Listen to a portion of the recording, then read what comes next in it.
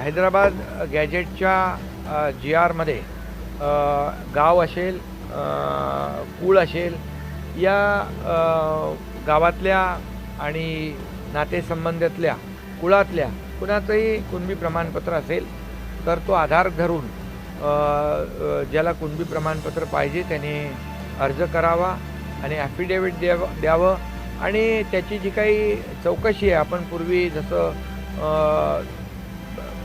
प्रमाणपत्र देण्याची जी प्रक्रिया आहे नियम 2012 यामध्ये जे काही गृह चौकशी म्हणजे चौकशी करणं त्याचं यासाठी त्रिसदस्यीय देखील समिती आपण गठीत केली. त्या अगदी बॉटम लेवलला अगदी खालच्या पातळीवर ग्राम महसूल अधिकारी, ग्रामपंचायत अधिकारी आणि सहाय्यक कृषी अधिकारी अशी त्रिसदस्यीय कमिटी गठीत केली. म्हणजे अगदी खालच्या पातळीवर जाऊन त्या अर्जदाराच्या बाबतीमध्ये